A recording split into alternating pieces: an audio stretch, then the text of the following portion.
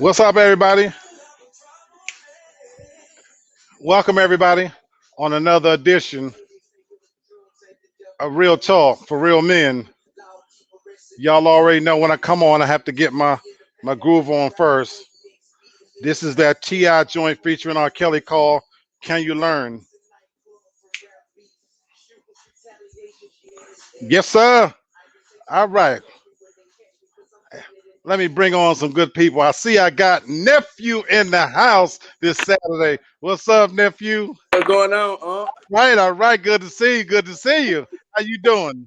Doing all right. I'm doing all Yes, right. sir. Welcome to the show, nephew. Yeah. Much love.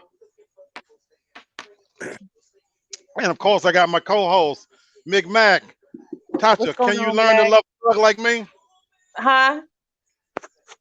What'd Could you you say? learn? Could you learn? Could you learn to love a thug like me? Could you learn to love a troubled man? I think I've loved a few in my life. Ah, that's what's up. Alexa, pause. That's what's up. How are you doing tonight, sweetheart? I'm okay. I work today, so I'm a little tired. So Understand. trying to Understand. relax. Absolutely. Well, as always, I truly am grateful that you're taking the time out of your weekend to be here as co-host, spend time with me, and I appreciate any and everybody when you log in and join the show. So this is my first time having my nephew on from MI Crooked Letter in this joint. What's going on, Adam? Oh man, it been rough on my end the last week. I hear you. I hear you. Yeah, the weather been bad. Absolutely. So Right. you, for those out there like you guys, I know she's in Tennessee. It bypassed Atlanta, so my heart goes out to anybody dealing with the weather, especially people in Texas, people without power, things like Yeah. that. So my heart and prayers go out to anybody surviving this. So it's tough. Right. Yeah, so I can appreciate that. So good to see you guys. Good to see some good faces here. So thank you for being part of it. For people who want to come on board, I posted the link to the show. I've also sent out individual links, so feel free to join. We know that when we do Real Talk for Real Men, it's a black show, so we got to give CP time. So I've got 8:02, so I'm gonna give about 3 good minutes, to allow people to kind of come on board who want to come on screen, and then at about 8:05, we're gonna go live and start talking about hot topics, what we do, and so if you don't know, if you're joining for the first time, we do live shows every Wednesday and Saturday at 8 o'clock. So we're live every Wednesday and every Saturday at 8 o'clock. And my Wednesday shows tend to be a little bit more on the serious side. We deal with heavier topics dealing with relationships. And then on Saturdays, I try to keep it really, really light. So that's the goal on Saturdays, to try to relax. We figure people have been through a whole week, as Adam and Tasha can attest. You guys are dealing with weather issues. She had to work today. I don't know if you had to work today. So on Saturday, you want to be able to relax, and not have to Right. overthink things. So that's what Right. it's all about. So hey, so Adam, is this? I know this is your first time joining the show. Is this your first time actually? Have you watched the show before? Yeah, when you sent me the link the last time I talked to you, I watched it. Fantastic. Mm-hmm. Fantastic. Mm-hmm. Well, we appreciate having you. I watched Um, it Wednesday. All right, all right. Well, thank you. I appreciate your support, nephew. And in the last minute or so, let me go a step further. Welcome, Candace. How you doing, sweetheart? Hey, Carl. Hi, everybody. I can't even talk Hey. right now. All Right. right. Yeah. For those don't know, Candace has her own show, The Candy Shop. So I missed it last night, but she does her thing. And she posts videos throughout the week. But I wanted to kind of talk about in this last minute about support. And Adam, thank you for coming on board. The funny thing about support, uh, especially doing something like this, is it shouldn't be this hard, to be honest with you. You know, we all are on social media, and my God, we've been on social media for forever. It's amazing that I can go in my friends list on Facebook, for an example, and have 200 friends. Now, in reality, I don't know 200 people, but I damn sure know 70 people for real. And so when you trying to do something supportive, realistically, 70 people out of the box should already be subscribing. if they fuck with you like that. Excuse my language, family, if you're watching this, but I gotta say it real. So 70 people right off the bat should be like, yeah, I'm supporting them. I'm supporting them, you know. But to have to slowly grow a channel, and Candace can speak to this, because you don't get the support from your own people. It's really a shame. You know what I'm saying? And as I've been reaching out to, you know, people that I know that's close to me, and I'm asking for all of the people, if you fuck with me, if you love me, I need you to get me 10 subscribers, 10 people you know. I don't care if they watch the show or not, you know, to try to support the cause. Because here's the thing, a year or so ago, when Popeye's Chicken had a new sandwich, it's amazing how many people was driving all over Tarnation to try to get a taste of a chicken sandwich. But when you're trying to do something positive, I've heard stories about, I don't have YouTube. I don't know how to do this. Like, literally, how long does it take to create a YouTube channel? All of 2 minutes, you know, and to simply click on and subscribe. But it's amazing the amount of hurdles you hear from people when you're trying to get them to do something positive versus some fuckery, you know. And again, excuse my language. So with that said, I'm going to leave it there. We're going to get ready to get it cracking and keep it fun. But I had to say that part. I'm sorry. That's how I feel. And that's the real deal right there. All right. So welcome, Top Cat. How you doing? What's going on? What's All up, right. Al D34 Action? You say what? No, I was saying, what's up to Al D34 Action? Oh, What man. up? They got these little side names for each other. Oh, my God. What's going on? All right.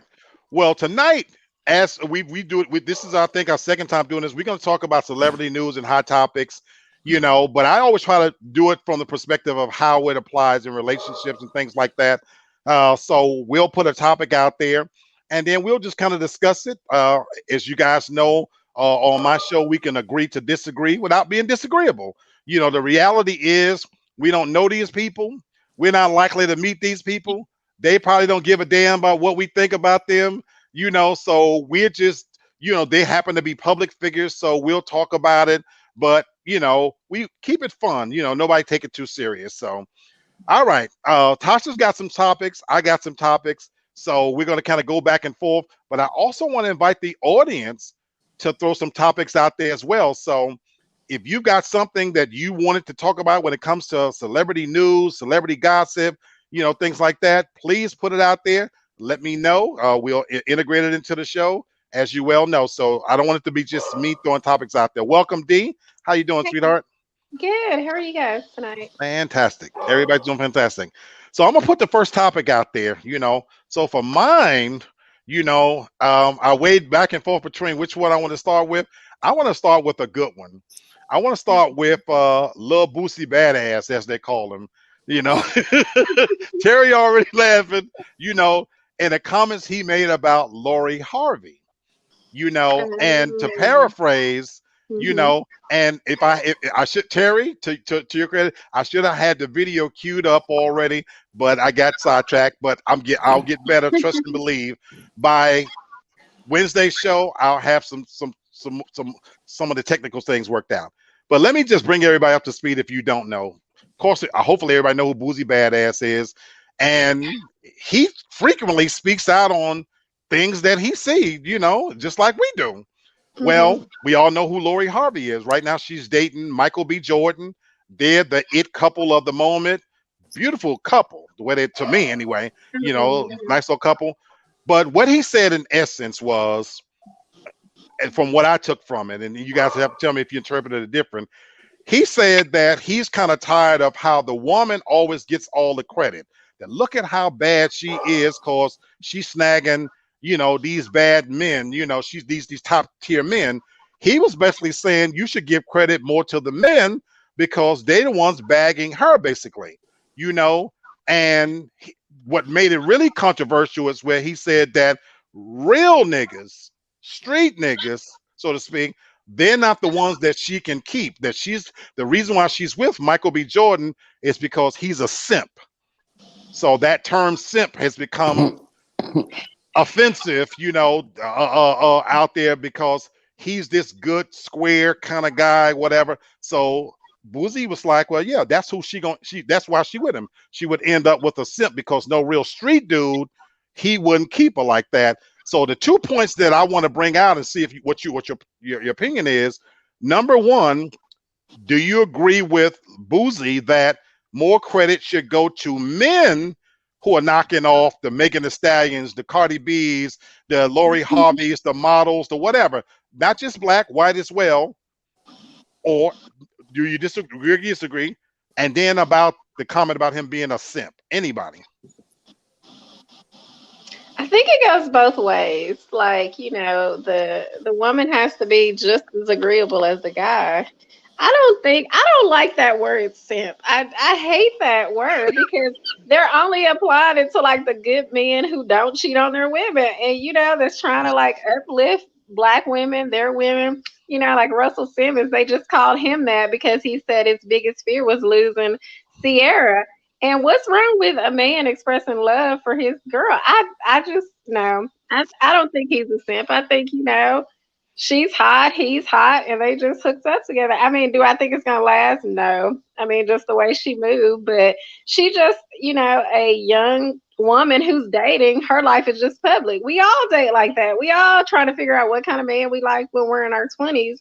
And her life is just more public. So everybody knows every single guy that she's ever been with. So that's the difference.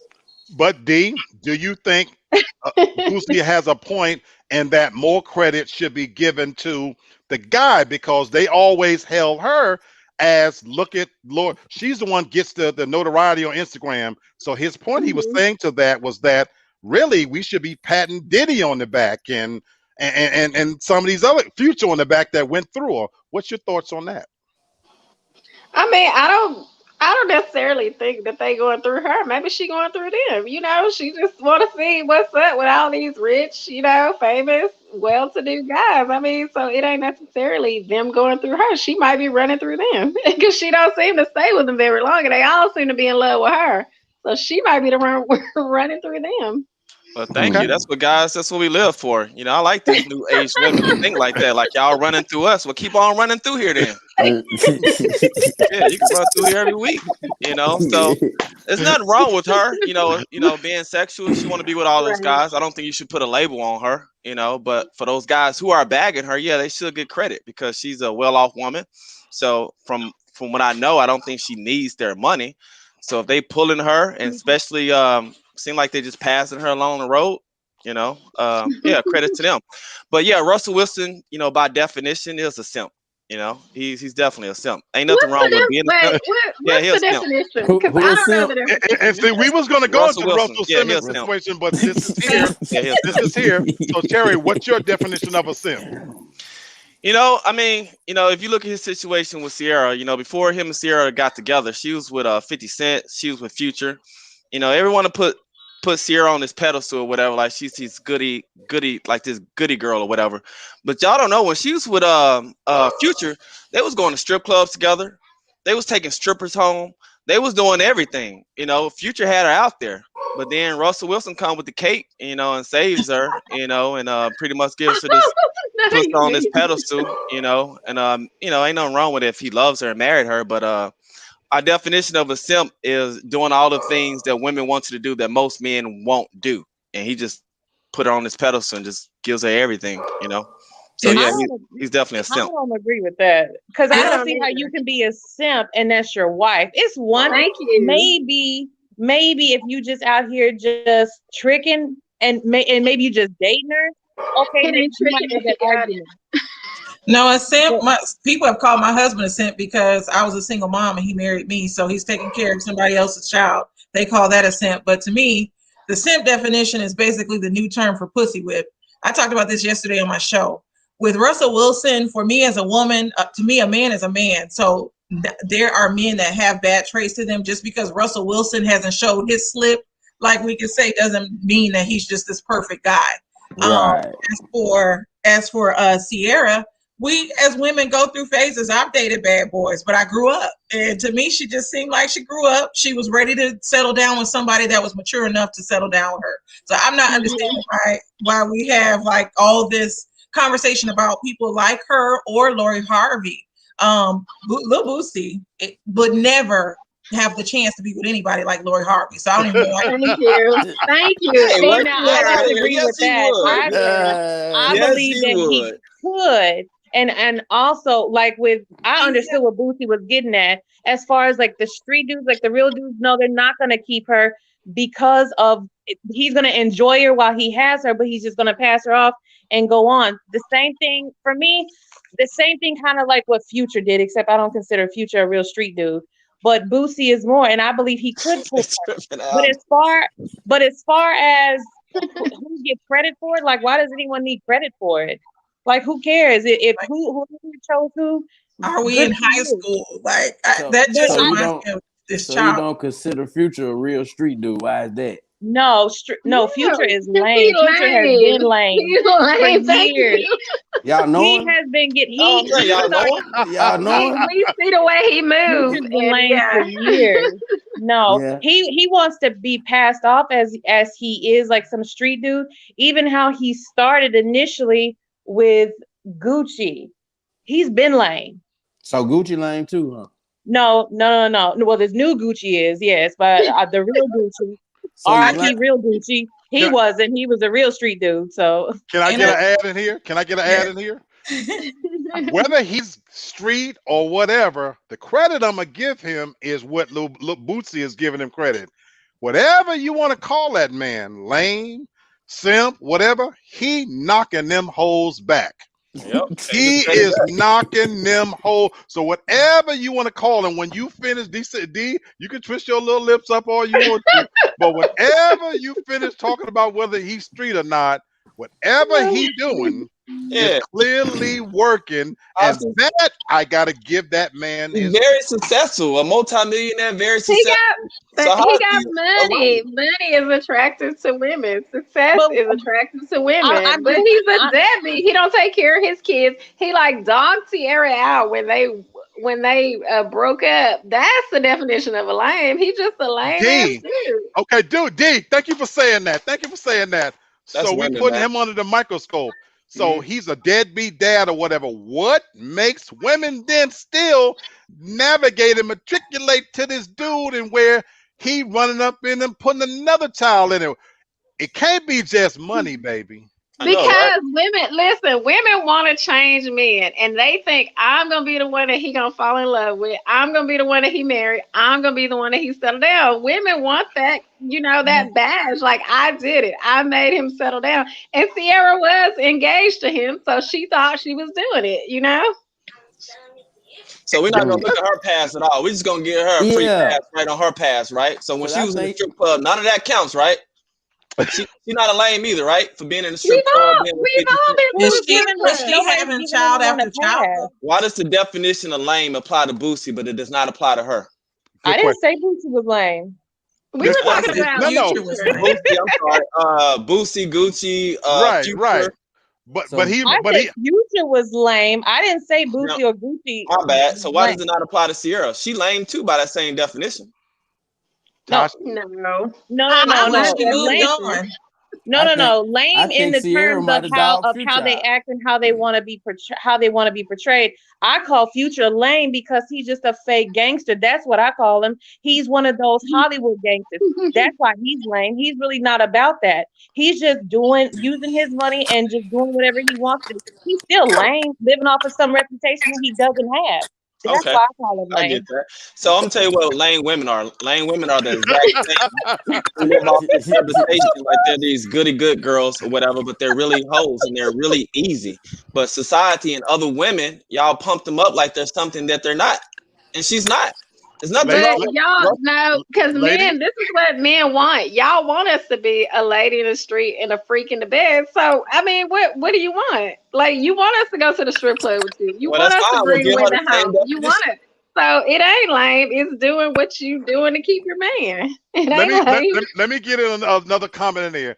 I view Lori Harvey the same way I view Kim Kardashian, and she's coming up on my subjects as well. But Yeah. I think An Lori is. opportunist. I think she's an opportunist, and she's a beautiful woman. I Yeah. think in this day and age of social media, she's one of the best at it. Clearly, she doesn't have any real marketable skills, and she's Mhm. living off of her stepdad's name because Name. that's not even our real Right. father. So you got to Right. give the girl credit for her hustle. Having said that, I have zero problems with her being with whoever she want to be with. I'll tell you with 100% certainty, given a chance, I would not kick her out of bed. I'll stuff myself in her so deep until I would have a field day with her. I wouldn't even put on a condom. I would raw dog. Now having said that, you know, wiping her and all that kind of stuff, no, She ain't gonna because as a man, there's a standard that you know what I'm saying. There are girls you marry, and there are girls you don't. So from a fun girl, I like. Terry said it earlier. I like that she's in her 20s. D, you said she might be running through us. I'm gonna agree with Terry. Run through here if you want to. I'm gonna say this. I But- think that she's with Michael B. Jordan right now because she's trying to clean up her image from all the men that she's been linked to. Think about who her real father is. Think about who he is. Does anybody know who he really is? No. He's in prison. He's in prison, Not right? a good dude. Right. Not a That's good her- dude at all. That's her alleged It makes father. sense. They've tried to deny that he was her father, but allegedly her father is in That's her, prison. allegedly, but that's who. So it makes sense for the type of men that she goes for. And now she's with Michael B. Jordan, who's considered more of a clean cut kind of guy. But there's also this theory out there that she herself is an image consultant and that she links to all these different guys to clean up their image based off of her image. She's doing a Sierra. She hanging with all the bad boys and get that out of her system. And then when she wants to be, you know, deemed the goody girls in public life, she goes to a simp. Like mother, like So- mother, like daughter. I So I think got a she's more question. like Well, So is it LeBron used James? to a simp? it used to not be cool to marry like the hoe, but Kanye made it okay. He Yeah, I made was it gonna when say- he married Kim. You're he right. made it okay. Lori You're right. Yeah. You're Lori right. Harvey D, is the you're right. black Kim Kardashian. She's D, you're doing right. exactly what Kim Kardashian did. Candace, you're right. That's why I compared them. You're absolutely right. And I think Kanye validated that. You're absolutely right. I don't And think that's why Kanye I say, validated that. and that's why I say I wouldn't do it. You know, okay, go ahead, Terry. You say why Oh, not? okay. Because I mean, he's in the same category as her. It's not like he was dating all these respectable women before he met Kim Kardashian. Look at his track record. You know, I say hoes deserve hoes, other hoes. He was a hoe. She was Yeah, a hoe. but truth to that. There's some dating truth to and that. marrying are two totally different There's some things. truth to that. I mean, he was a hoe. It ain't like he was like Obama image or something like that, and he married Kim Kardashian. You know, it's Well, what I Like he mean, was one of the biggest rappers of And then- at that time. And that's the Rapper. point. And that's the point I give Terry in the sense. Terry's right, and I agree with you in the sense that you're right. It wasn't like he was dating lawyers and doctors. He was kicking down holes still. But when he married one, I say validated in the sense that if somebody's your wife now, because now she just ain't a hanger-oner, you kind of had to start limiting what you can say because this is this man's wife. When he first married her, remember Ray J's song came out. right. You know, it comes to a point where, okay, that's disrespectful because whatever you think about her, it is his wife. He wifed her. And in that sense, I say he validated it in the sense that I think I give the Kardashians more credit than people know. I think they turned hoeing to a level of respectability like no other family out there. You know, to the point where we don't call a lie anymore. We don't call a hoe anymore. You know, they you know, like you said, D. Now we say that the women are going through the men, but you know, I'm an old-fashioned guy. Like to me, they're still a hoe, and I mean that with love. She's a good hoe, you know, and I'm okay with that. You know, so they're good hoes and they're bad hoes out there. You What's know, a good hoe? before I answer that, okay, thank you, Candy. Harry and Adam, either you two the men on there, are there good hoes and bad hoes? Aldi. All the time. What makes All the a good time. hoe and what makes it one not? Enlighten us, please. Enlighten us. A good hoe do stuff behind closed doors. A bad hoe just put it out there. Oh. Candy, Yeah, already. It just Yeah. sounds like a hoe. For instance, like this. Do y'all think LeBron James is a simp? You don't think he don't get with his homeboys and have them women come to a certain location where he take their phones and make them sign contracts? Because you never heard anything about him. But he's a man just like we are. I don't think any man loving a black woman is a simp. I'm not gonna call a black man that does that a simp. That's a term given by other men to men. Right. I'm in agreement with you on that, Candace. I don't like the term either. I get it, but I don't like the term. But I want to say one last thing to answer your question about a good hoe and a bad hoe. A good hoe, I ain't gotta worry about her stealing my watch and my jewelry and stuff. I can go to the bathroom and close the door. Mhm. There's a difference. Yep. She's somewhat Well, trustworthy. I don't Yeah, I know. might even let her use my ATM card. Like, Uh yeah. we answered that question, you know. So She put hoe in life. Hashtag Lori Harvey. Right. Yeah, that make it I'm trying to tell y'all. Okay. So we got some consensus on here, but Tasha, bring us another topic. What's Okay. next for us? Let's see. We're gonna, get away from the hoes for a second. Let's talk about Prince Harry and Meghan Markle. Let's talk about them. They have been stripped of their royal titles. They have decided that they are not going to be returning to the royal life, and that they're actually going to be moving to North America. My question is the men, Terry, let's start with you. Could you do it? Would you regret it? And is this not the definition of putting his wife first? But for you, you would call him a simp. Go. He's definitely a simp. Yeah, he's probably No, number he's one. He's not. probably number Like, one of no, all he's simps. not. Yeah, he's probably number one of all simps. Could I do it? I mean, if I was blindly in love, like, yeah, I'm not ignorant. I probably could. But like, I used to like Prince Harry, but the fact, I understand that's his wife, but he completely, I hate addition by subtraction, and that's what she is. Like, she's addition but subtraction, because now he's not as close with his brother, he's not as close with his family, Wow. and he has to, pretty much leave the UK and come to North America, all to fulfill her hopes and dreams. But what about his hopes and dreams? It's his hopes and dreams. If only we see her happy and him not himself happy, then he's on the right path. But he's definitely number one simp. I think with him, Definitely lame. Simp in a lane. Because Terry, Carlos agree with you. Carlos say definitely a simp. Definitely a simp. Definitely a simp. This man lost completely identity of himself. Like, his brother's like, "What's up, bro? You didn't completely change." If I completely change when my family doesn't recognize me anymore, then I'm a simp. Right. Okay, but when you get married with someone, are you not supposed to be one with that person? And that is who's supposed to come first before anyone else? Especially in their sense, when there have been things said, I would think you would want to defend your wife, especially when they're attacking her based off her rank and things like that. Would you not defend your woman? Yes, I would defend my woman, and you're right. But it works both ways. So she know what she got into, he know what he got into, and I don't think she honestly you said it right there. The whole realm of it, because she gave it a good try. She moved there. She gave up all her life. She gave up her career. She moved there. She was all in. And how long was he gonna let them attack his wife? Say the most racist things about her, print them in papers. It wasn't just like, and then the family, the way that they defend Kate, they didn't defend her. So she felt like, they felt like it was them against the world. It was them against the world. So what do you do? Right, he chose her, and now he's not close with his family. There's nothing wrong with that. That's who he chose. But that was my brother. I just lost a brother. Right. You shouldn't let your woman take you away from your family. Yeah, she should. Yeah. So you end up getting married. So you two would just take your family over your wife? Not saying that, but I'm saying, like, you don't supposed to change up on your family because you're married or whatever. You're supposed to put your wife above everyone. Yeah, well, you know what? I hate that statement, because it's always happy wife, happy life. Put your wife before everybody else. What about your husband? No.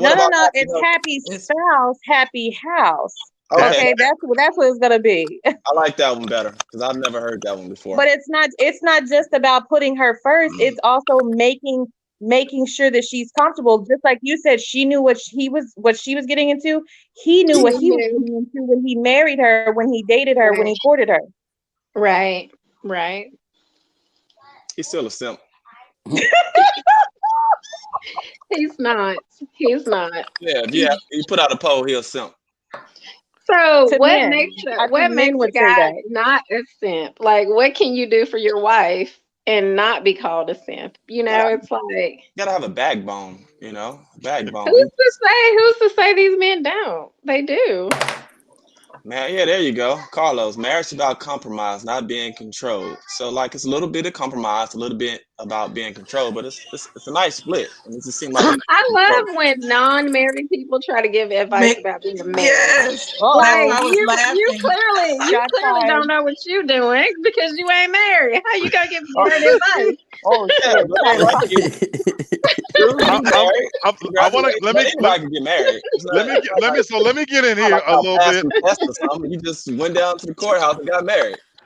So let me get a comment in here as well. I like what Carlos said, and I have been married before, and I'm currently divorced.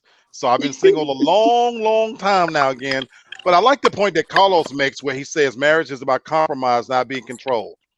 Mhm. I do feel like Tasha, when I look at the in panel, when I look at this subject, I don't think either one of them counted the cost, to be honest. Mhm. Because my thing is, in America, we take the royals to be a big thing. I personally could give two thinking piles of shit about the royals. I don't watch their weddings. I don't care what they do. I'm sick to it about my stomach. I hate the term. Well, y'all hate simp. I hate the term royals. You know, like so some pouty old ass woman that they still hailing as being over something. So for me, that just turns me off. But okay, I digress. Now, my thing is though, but if you and for her, if you married into that, that came with a certain level of responsibility that you were going to be taking on an official role, and she knew that. Now, I agree with Daracel and Candace in a sense, and even Tasha. I think you should put your wife first. Having said that, now I agree with Terry in a sense that you're also marrying this man, and just like we're marrying you and your whole family, the same is true for her. You're marrying him and his whole family too. But the thing of it is, here in American culture, the expectation is that for him to give up something to make her happy. So Tasha, I love what you said about a happy spouse, a happy house, because from where I sit personally, he's given up an awful lot now, family, titles, position, to be with some ugly old white woman. So my thing is, you know, you might have to She's mixed. Don't be rude. She's Yeah, I wasn't mixed. gonna go that far. She's mixed. She's not She is ugly. mixed. I wasn't gonna go that far. whatever she is. Now I ain't gonna say she ain't worth it. She's worth it to him. But I mean, funny here. But I think it is a matter of compromise. But the fact that he's given up all titles, renounced all his position to the throne, relocated, he's done a lot. Now, if that's out of love, I applaud that man. If he love her that much and putting her first, I can't be mad with that part about it and everything. But I tell you what, 10 years down the road, she cheat on him, he ought to kill her. The biggest reason though, but the biggest reason why he moved when they were in London or wherever they live, they had paparazzi like following her, especially when she was pregnant, and think about how his mother died. So that was the biggest thing for him. He wanted to pull her away from all of that, period. So that was what I read as to the reason why he was moving, because of the paparazzi that were crazy. And they were very, I guess, bullying her because of her race as well, with her being mixed. Good point. Good point, Candace. So I don't know. And again, I want to read a couple of comments because this whole simp thing really takes on a life of its own. Dizzy says he saw a meme that said women are not into a Russell Wilson type of man. They want to change a future type of man to a Russell. How true is that, ladies? For some women, yeah. Nobody. But I'm not. I'm not into projects and raising men. Not right. I've never ever liked the bad boys. I mean, I liked good guys always. So, and I'm not trying to raise nobody's son and fix nobody's son and take care of nobody's son. So, no, that would not be okay. Got a good group on here. We might need to ask them now. So, because Terry, I want to ask them something. Because the three women, Dee says she's always liked a good guy anyway. Candace, I love your point. You said I'm not into projects, and Tasha said I ain't trying to change nobody. Ladies, Now, your answer is that. Do you think that's realistic in what we see out here, though, with No. other women in terms of the point that Karma made? The point he's making is how many other women out there think that they can take this bad guy, whatever, whether we can debate whether or not Future is a thug or not, but take this bad guy. You don't even have to be a bad guy. The guy who doesn't work, the guy who plays video games all day. How many women, though, think that I can change him and turn him, he's right, turn him into a Russell Wilson? So do you think more women think like you, or do you think Karma Dizzy has a valid point? No, he has a point. He has a point. Right.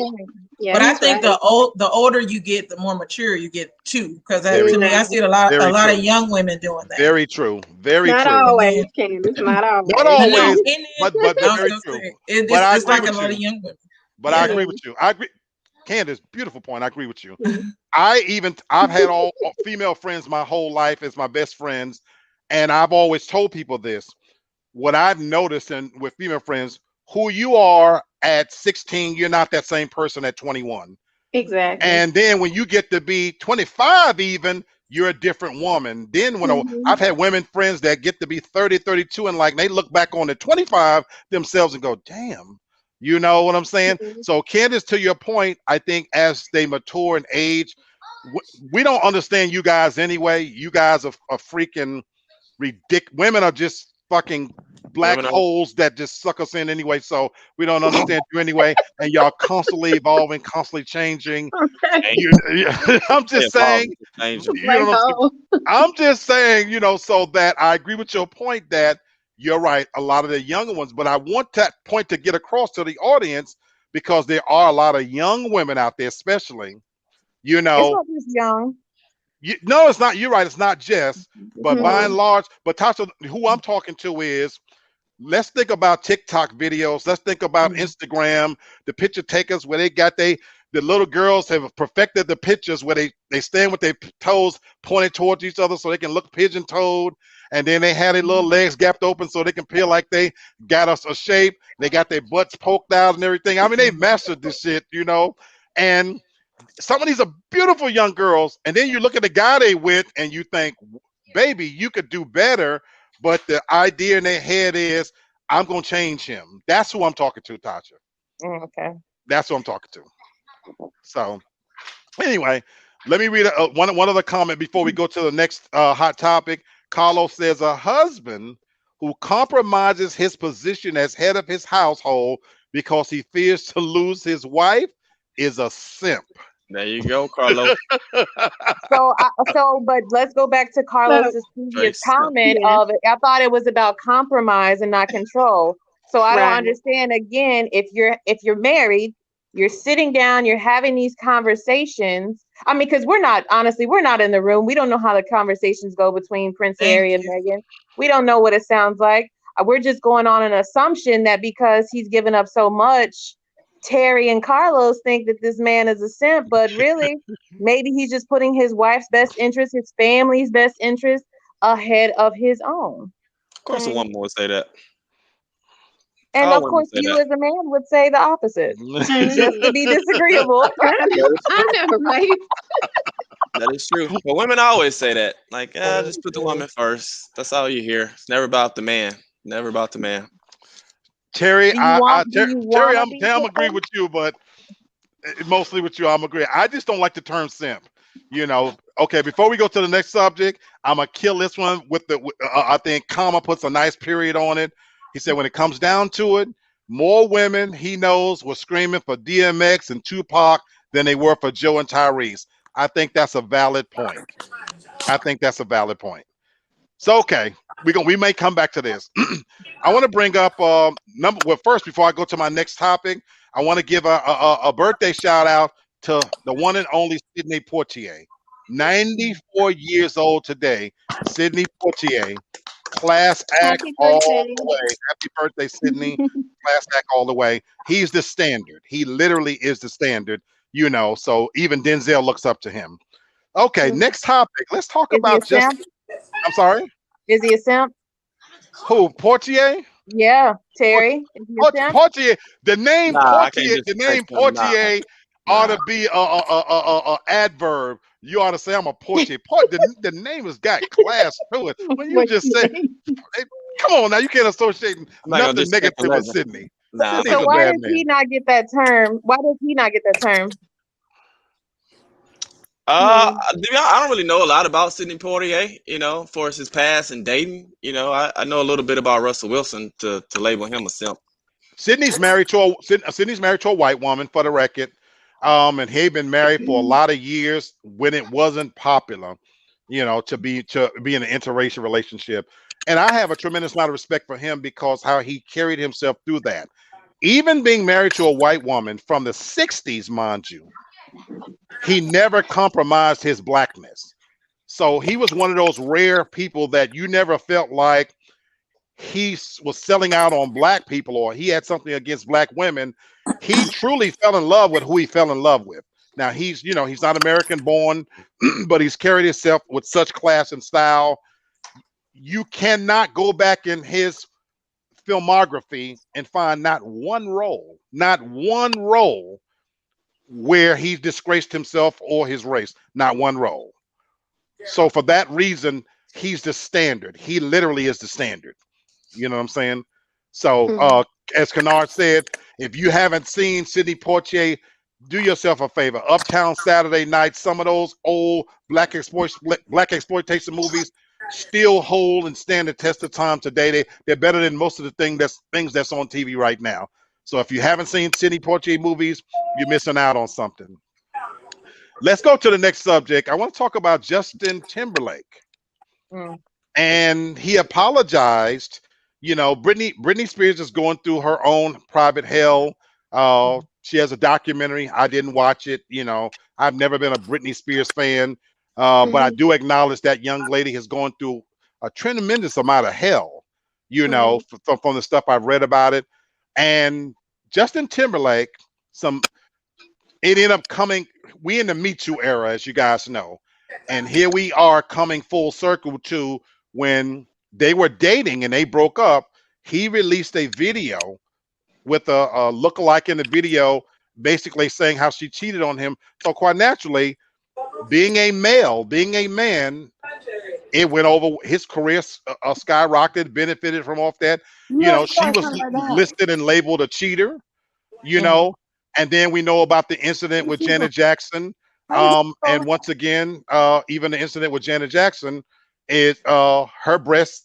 Justin peeled it off during the football halftime show. Once again, his career took off. He was even back to do another halftime show. Janet Jackson's career suffered greatly behind that incident. So here recently in the last week, he apologized to both of these ladies for his comments and not speaking up and standing up for them. So my question is to you guys, little too late or still a valid apology? It's always nice to apologize, but I mean, after all this time has gone by, you could have said something earlier. I think that he's only saying, I'm sorry, and I do put quotes on that because of peer pressure, really is what it is. It's because he's getting so much pushback from other people that you need to go ahead and release a statement about it. And with his movie that he just had released, I really think that that's the only reason why he apologized. Anybody else? My kids are yelling, but I think it's too late. Sorry if y'all hear noise, but yeah, it's too late. Like, why didn't he do it a long time ago, especially with the Janet situation? Because that was at the Super Bowl on national TV. Like, and then he was just nowhere to be found. So that's true. If I would have saw his apology and I'm her, I'm like, next, keep it moving. Like, and she did, and she literally did. They actually asked her about it. I love her to death. She took the high road, you know, in a sense. She said, I love. Her answer was this: I love my fans. I thank my fans for supporting me all these years. Thank you so much. It was classy. It was a true Jackson. It was a true Jackson and a classy response. But with you, I agree with you, Candace, that you waited 20 years, bro. And Tasha is right. You have a movie that's debuting, the movie for which I think he's going to win the Oscar, Palmer. I think he's going to win the Oscar for this role, but it's coming. Well, we're still in the throes of the Me Too era, and so he was smart to get out in front of it, you know, before it turned into something bigger, which again speaks to something I talk about all the time. As a man, men can get away with things that women can't. Mhm. And I say this all the time. It's not fair. It's not fair, but that's the reality. And he has the double benefit of being a white man. You know what I'm saying? And so he's doubly blessed that as a white man who's popular, he's a family man now. And so for a lot of people, that apology is good enough. But I agree with you, Candace. It's too late. It's very much too late. Which I got one last question to ask you to personalize it. Somebody who's done wrong to you in the past, where do you stand on? Because Tasha, you said is that it's pretty much never too late. Where do you stand on somebody coming forward years later to apologize for something they've done to damage you? How do you guys feel about that? Well, for me, it depends on the situation. If I'm asking for an apology and you give me one, then that would be okay. But if I ask for an apology and you don't want to give it, then we're done from that point on. Okay. And I mean, sometimes when people especially have damaged you, sometimes an apology does make you feel better because they're owning up to their faults in it. Just saying, "Well, I knew I was wrong and I apologize."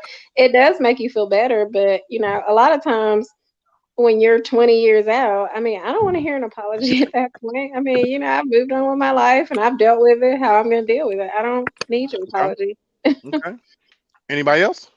I'll say, forgiveness, and I'll say it, forgiveness is for you, it's not for the other person. So even if they come to you, and it may not be the way that you want it to be said, I forgive you because I have to do that for me, not for you, and I'm not saying that I'm okay with what you did, but I forgive you, and now I don't even want to think about you anymore. Great point. I want to ask my sister Sherry a question on this subject. We don't know our dad.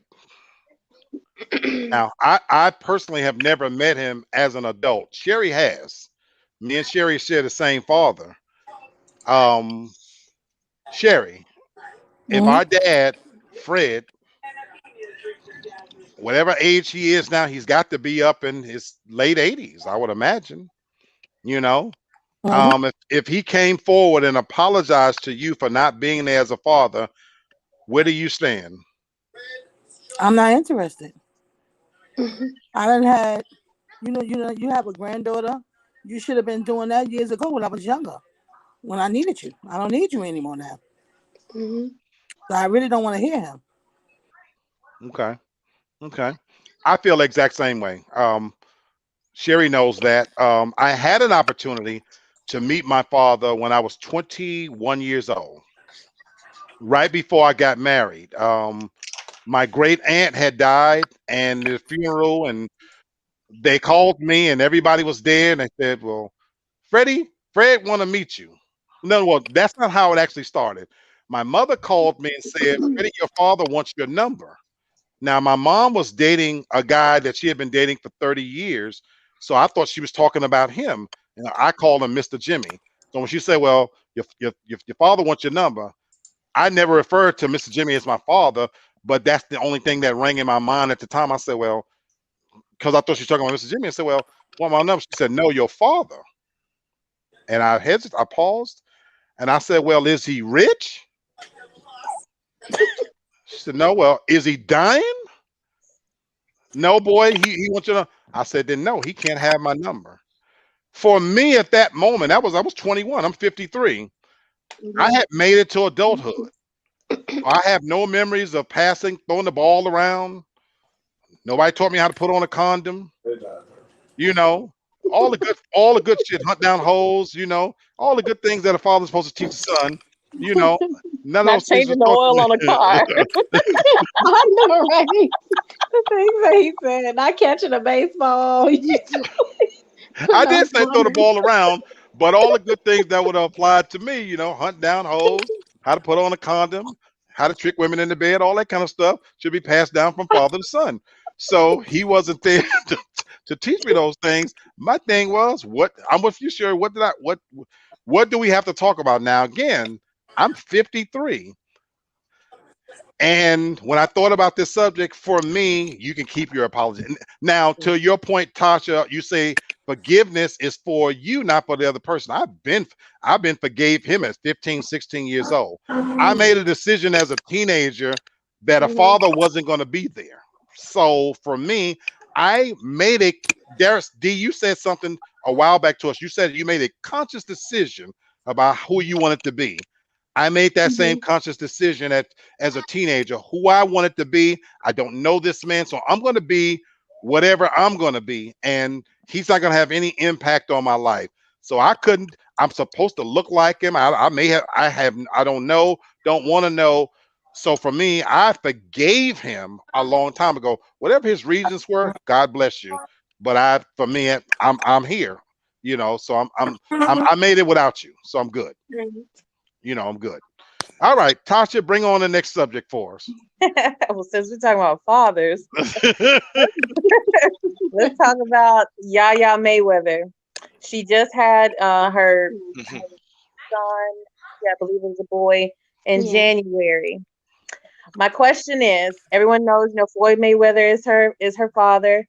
And the guy that she's dating, NBA young boy. I don't know if anybody knows him. This young rapper, real young, real wild, 21 years old. He has 7 kids already. Just wild, just out there. My question is, especially for those with children, would you, even though your child is of age, if you see them dating someone or in a volatile relationship, would you say something? Would you step up and say something? Would you try to deter your daughter from dating someone like him? Because mind you, she just last year she attacked one of his other baby mothers, so now she's under investigation for that and is looking at 20 years to life. What would you do as parents? I feel like I was gonna say, for me, it's nothing you can do. She's grown. Like, a lot of times when you step in and you try to do something, it's like that brings them closer to the bad element. So she has to learn for herself, and she's already made that mistake because I guess he has so many kids. It seems like there's another baby that's the same age as her baby or some other stuff like that. True. And they're not even together. Like, I have yet to see a picture of him with his own child by her. So thankfully her father is financially stable because that's who's going to be taking care of the baby. But it's nothing that I could say. I would just hope they would make the right choice and see that this person is not good for them. Well, I do have a grown daughter, and I would have been talking to her beforehand. So she probably wouldn't have made that mistake with it. But if she did, it would be a problem. Yes, you understand. But like Candace said, she is grown, so I can't make the decision for her. You know what I'm saying? But I wouldn't like it. Yeah, I agree with Candace. Like, once my daughter's grown, I can't make the decisions for her, and I wouldn't try to deter her because that'll probably make her more attracted to him. So, kind of like with my nephews and nieces, I just show them the pros and cons of their decisions, and and let them make the decision. And then, in a situation, it seems like it's getting worse, and all you could do is be there to support her, and hopefully, she could get up out of the situation. But yeah, she made a terrible decision with NBA YoungBoy. I feel like as a parent, part of your job and part of your teaching is to step in, even when they're adults, because at 19 and 20, by age they're legal, but they're not fully adults yet, and they still need your guidance, and they still a lot of times want to hear your opinion. Sometimes I think that these girls that go after guys like that, there's something missing there. So as a parent, you got to figure out what's the missing link. Why are you choosing this, boy that has 7 kids already, sleeping with all these women? I mean, that's what I would do. I would definitely say something. And he disrespected her father as if her father can't knock him out. Yeah. Well, that was gonna be my question is, what do you think, or if anything could have been done with Floyd Mayweather? Do you think that this is a reflection of the relationship that he had with Yaya younger? Yes. Company. Yeah, it definitely is. Yeah. Definitely. Because Floyd was sleeping with a lot of women, back in the day. I'm sure he still does, but him not being there is probably what pushed her toward this guy. Yeah. That and said and piggyback on what Top Cat said, because you're right. I think this is indicative of a much bigger issue than the bad decision she made. Mhm. D said earlier, women want to sleep with rich and powerful men. Floyd Mayweather is worth $600 million. Mhm. You know what I'm saying? I mean, that ain't no chicken feed. You know what I'm saying? Mhm. And he gets around and does his thing or whatever. And you got a daughter watching this, Mhm. and I'm gonna come back to that in just a second. Because where I'm going with it is this, in the sense that because he's rich and supporting her, where do you draw the line then, and giving these kids of famous people all of these material advantages where they continue to make these poor decisions, but you're still supporting their lifestyle? You understand what I'm saying? Which goes back to a Lori Harvey in a sense, but more so with this girl, because at least Lori Harvey ain't got babies out there. She's got her own place and Mhm. she makes her own money. But from what I can tell from this Yaya, whatever her name is, she literally doesn't do anything. She's just his daughter. But Mhm. she's grown up driving the best cars you can imagine, living in a life of luxury. And so she chose somebody, as y'all said, that was even disrespectful to her own father, but he still supports her. Now, I know the traditional thinking is, well, that's my child and I'm going to support her no matter what. Where do you draw the line when even because the other part is she's grown. We established that. So there's not a baby. So where do you draw the line at him supporting her as she continues to make these bad decisions? The time she got pregnant. As soon as she got pregnant, that's where the line will be drawn. Listen, check this out. You're about to be a mother. It's about time you start acting like it. You're not gonna be spending my money. That kind of stuff. You have to tell them. So then she can know that I'm not gonna be your support system for you to have a boy running around not doing anything for you. So you gotta make her be more responsible at that time. I don't agree with that. And I think that's something that only we do, like as Black people. I think that's something that we do. When our kids make a mistake, then all of a sudden we don't support you and we're not financially going to support you. But I think her being pregnant, that's the time where she needs her dad the most, because this dude already proved he a loser, and he's not going to take care of your child because he's not taking care of the other children. It So, she needs her dad Yeah. more than ever. And her dad, just happens to have a whole lot of money where he can support her. And that's what he's been doing all the time. And, you know your child better than anybody. So this may be a product of how spoiled she is anyway. She knew daddy was going to take care of her because he's been taking care of her. So you it saying looks like now, though, I was gonna say he stepped up more emotionally for her, because it just Mhm. seemed like when she was with NBA YoungBoy, he was nowhere to be found. Yeah. Like even when he was being disrespected by him. So now that she's had this baby, it's like you see them together more. So Okay. maybe this was a wake up call for him to start building up that emotional relationship with his daughter. okay? Okay. So I agree. See, I agree with D. Like, why, like, when you need to support the most, like, while, as a Black Yeah. community, we always want to withdraw. Because, like, as a parent now, as an adult, if my daughter's in that situation, I can see where you say, well, yeah, I'm just going to cut off support and let her make it on her own. But also, I can remember when I was that age and my parents saying similar things to me. It's like, all right, well, cool. I'm 18. I'll just make it how I make it. If y'all want to help me, you want to help me. If not, as young guys say, I just grind, I get it in the streets, whatever I can. And that's when you really need their support, as opposed to like, you ain't listen to me, boy, so now you're on your own. Like, all right, well, cool. I just get it how I get it, No, I would still support my child, but as for telling them, no, you shouldn't be doing this, it's nothing that I can say about that. Like, you made your mistake, you have to deal with the consequences of now having a child. I'm gonna still be there for my child, but it's not gonna be to the point where, okay, I'm just doing like completely everything for this child while you continue to go out and party and do whatever. No, you're gonna be here with me raising this baby as well. So that's my thing with that. But no, I would always support my child. So let me get in here. Let me get in here because right on your point, Candace, because I agree with you 1,000%. Which is falling in line with what Kama Dizzy said. Both are making excellent points. You know, so Sherry, I'm gonna start with you. For me, it starts before she get pregnant. It starts before she get pregnant, and I think that's a big part of the problem. Is that we wait till something happens, then we react. But to me, this talks more about the relationships between fathers and daughters. And I always talk about the relationship between mothers and sons. Because if you're waiting till once you get pregnant now to react, you've already you waited too late, in my opinion, at that stage. You know what I'm saying? So my thing is, like, Terry has a young daughter. Hopefully, the time that he's spending with his daughter, he's trying to instill in her whatever values and morals he wants in her. Despite what he does, he loves hoes. He's made that clear. He loves hoes. I do. He love them. The smile is right. Yeah.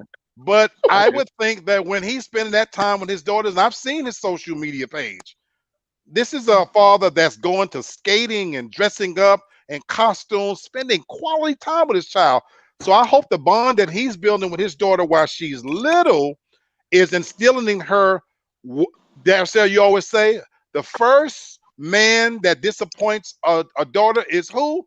The father, because that's the primary example of her seeing what a man is supposed to be. So if daddy is in front of the little girl bringing in hoes and stuff, that's what she's going to learn. But I would hazard to think my nephew is showing her all of the good qualities that he want her to hopefully pick and make better decisions. Having said that, we know that life is not perfect. Things happen. And so despite all of the upbringing you want to, as Terry said, we're going to make our own decisions sometimes. This is where I agree with what Candace come in. You don't stop to support, but that support to me has to come with some levels of accountability. So that's the thing, like, okay, if I'm going to have to step in because he is a deadbeat dad, but what I'm not going to do is give you a black card, free reign to buy whatever, and you still not taking on the role as a parent, because now, as to Sherry's point, you have responsibilities now.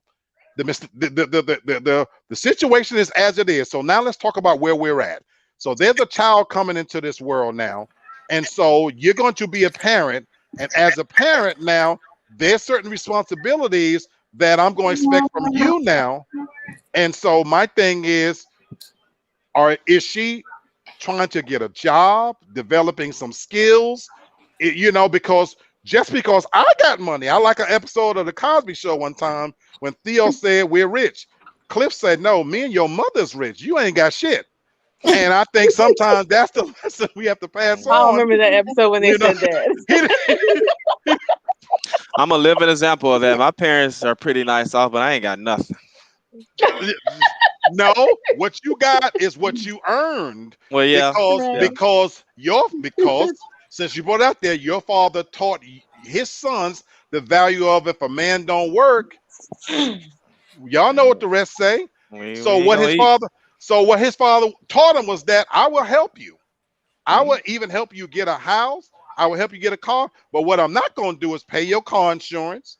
You're not going to go out there and wreck that car and I'm going to fix it. Helping is one thing.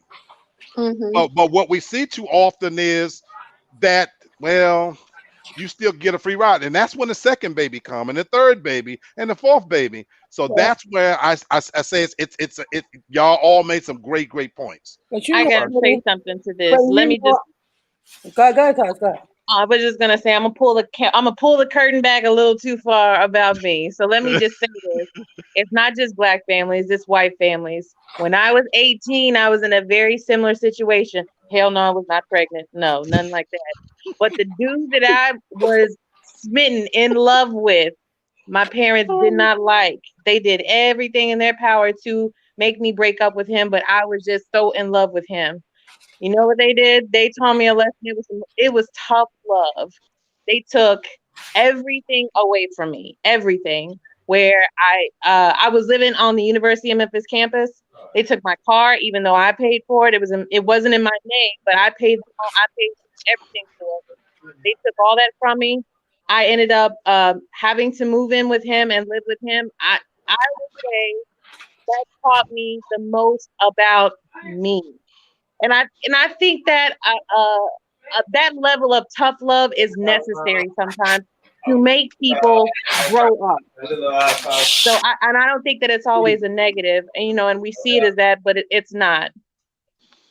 Very Nothing good wrong with point. tough love. Tough love is good. I Right. agree. See, I I agree. was just about to tell Freddie, our mother, she wasn't having it. You was not bringing no babies in there, and she was taking care of you and supporting you with no baby. She was going But to tell you, go to the welfare. that's true. But to that point, there was negatives to that. Mama was so dogmatic that we grew up with the rule that you get pregnant, welfare office downtown. But now what we got to add to that, Sherry, is that wasn't just the best way either, because we were never taught about sex. We never discussed sex, so we had to find out what we had to find out on our own. And I'm going to say it this way, because that was her strict and fast rule. Look at all of her children that the moment they turned 16, 17, 18, most of them did have a baby, got pregnant, and moved out on their own, because the feeling was, I know I can't stay here because I'm not going to get no support. So while on the one hand, that was tough love, but you got to combine tough love with something behind it too now, because you can't just say in a blonde blanket that you tell her. Terry can't tell his daughter, now Jada, if you get pregnant, you got to go. You can't do it that way. That's not the answer. That's how I was told to me, and you know it. So my point is, when you know better, you do better. Yeah. Because you have to arm your daughter, your children, your sons with more information than just that. Right. You can't just leave it at that. Well, that's in my opinion. Well, I was left out there, like you just said. I wasn't taught nothing. But you bring a baby in here, you got to go. And so I would ask you a question. Don't answer this. This is just for you to think about in your head. This is you think about in your head. Don't answer this question. I don't want an answer. So had you been educated more with what was out there, what to expect, would you have made some of the same decisions? Don't answer that question. I'm not. Don't answer that question. Okay. That's the point there. All right. We're going to move on to another subject, because again, I want to squeeze in a few I can. How many of you guys know who Summer Walker is? Yes. Yes, I do. Okay, which I love her music. She's one of the few young artists out here that I actually like her music. She's, got some skill and everything. But of course, like everybody else, she's got some situations or whatever and everything. So the guy she's dating, famous producer or whatever. I just want to read a couple of comments from her, and then I want to get you guys' opinion on it. So she said that, not that anybody asked me, but I'm so proud of London on the Track, that's the baby daddy, doing everything and then some to tend to all of his kids and me. Whether it's driving 4 hours to pick one up, or flying 4 hours to see one, or just do anything and everything I asked him to do, is just really great to see. Now, the issue with this is that just a couple of months back, she went on this tirade talking about how bad of a father he was. He was a deadbeat and this and that, and I'm going to quote her. She said, I should really out this bum ass nigga. I could really fuck up his life, but I'm not. For now, LOL. For now, I'm going to just take my L. But here's the real burn. Black men got to start doing better when it comes to being a father. My grandfather lame, my father lame, and this nigga lame. LOL, and I guess the cycle will just continue. I guess niggas still dealing with the shackles of mental slavery or some shit. Back when white men ripped you from your families and beat you to death if you tried to protect them. It goes deep. Shit is really sad. That's Come more of a on. reflection on her. Come on. Right. I never heard of her. I'm looking her up right now. Terry, you But never heard of she Summer said- Walker? So she said her She daddy got good lame. music, Her, Terry. She got good music, Terry. I'm sharing it right now if you want to share it, but I'm looking at it. Okay. Yeah. Check this out. You know, Summer Walker? Oh, I don't know her. So Yeah, she's okay. pretty. She's a pretty girl. Her music she's really good. The girl can sing her ass off. I liked the music before London on the Track though. Like I was a fan of hers before him, Okay. and he came and kind of made her commercial. But Okay. for those that follow her, like I was a big fan of hers, but you know she has problems with like being in public. She's like very socially awkward. True. And then she goes on these tangents. She says comments like that, and then she'll delete all her stuff.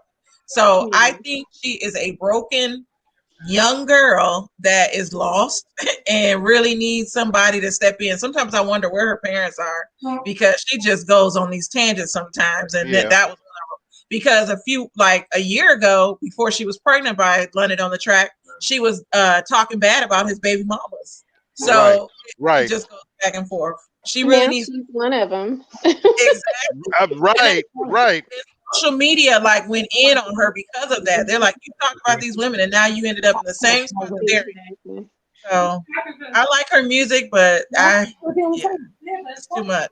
I don't know what makes men with a bunch of kids so attractive to women. Because when I was single, that was like one of my first questions. Do you have kids? Yes. Okay, we can't date, we can't talk, end the conversation. I did not want no man that had any kids.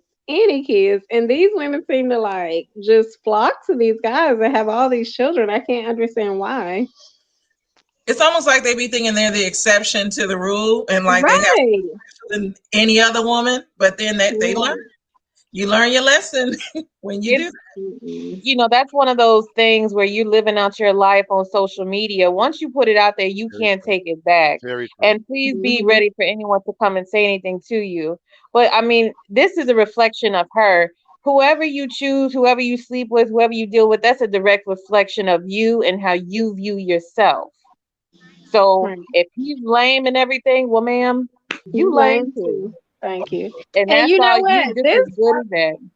This brings up a good point that Tasha made about men being responsible for birth control, because we're talking about all these No, we're not young doing that, guys D. that Right. have all these kids, and you Nah. know, We're not doing that.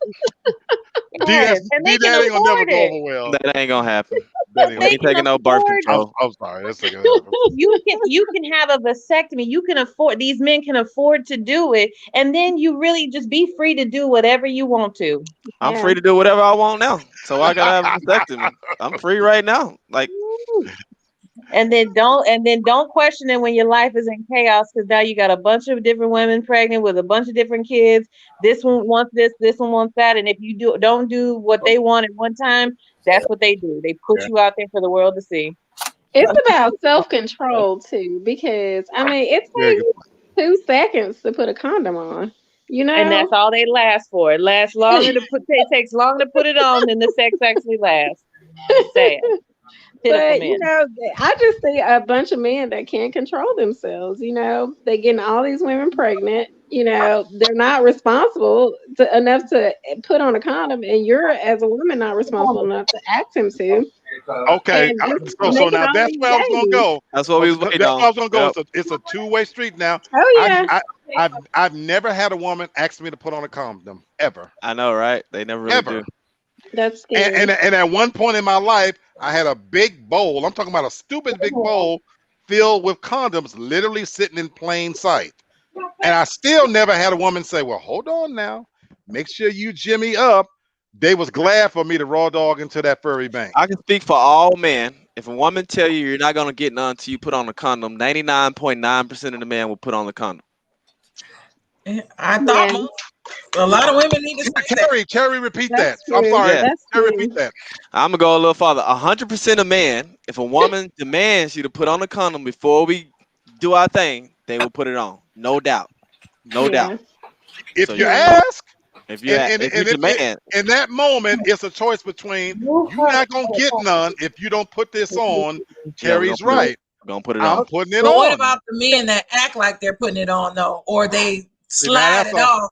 See, that's a whole kinda nother during shady. the- Well, then go and put it on for them. That's a whole nother. There you go. There you Go put it go. on See, for I 'em. have a question now. I have a question. Slide it off, like and you can't. If I'm laying back all into it, I didn't know he slid it off. Well, you shouldn't be laying back. You should be on You top. gotta keep one eye open, Candace. Be on One eye top, open. Candace, so you can control it. So I have a question. Okay, so now you're in there. Okay, you're in there with no condom. Who told you to nut in her? Okay, that's my thing. Thank Who you. told you to nut in her? That's the real question. Control. Okay. Yes, You want the truth? Myself, because you didn't tell me I couldn't. You- So and- until and you you- tell and me you- the rules, and then you it ain't want no the- rules. There you go. And you want the truth? And you want the real, you want the I God's don't want the honest real truth? truth. This is That's real what I'm talk. saying. Spit it out This there. is real talk. You know what? A condom is on, and if that thing is halfway worth its weight in gold, you have to leave a real deposit. You Okay. have to leave a real deposit. And What is she's that? gonna take it and multiply it. So now don't be looking crazy. Now, when for me, they don't have my real name, and they can't find that way. They can't find their way back to my place, so I ain't worried about it. we Well, gonna me, put you on a poster. you gotta Ma'am, be do smart. you remember this man? for me, it's You only feel with sevens this and up. man, call this number. And Terry only do 7 and up, so So if if I you get do one get a pregnant, pregnant, I ain't tripping. She he probably ain't look tripping. pretty You good. know, I deal with 3s and 1s, so I don't want to get them pregnant. So, so my thing is, I'm bringing you around the back way. I got it nice and dark. Ain't no pieces of mail around my point. You can't open up no medicine cabinet and see my name. You don't know nothing about me. I'm ushering you in. I'm ushering you out. But sometime if that thing is halfway good, you want to leave a deposit. Okay, but You to gotta let Terry's somebody point know about you it was being, there.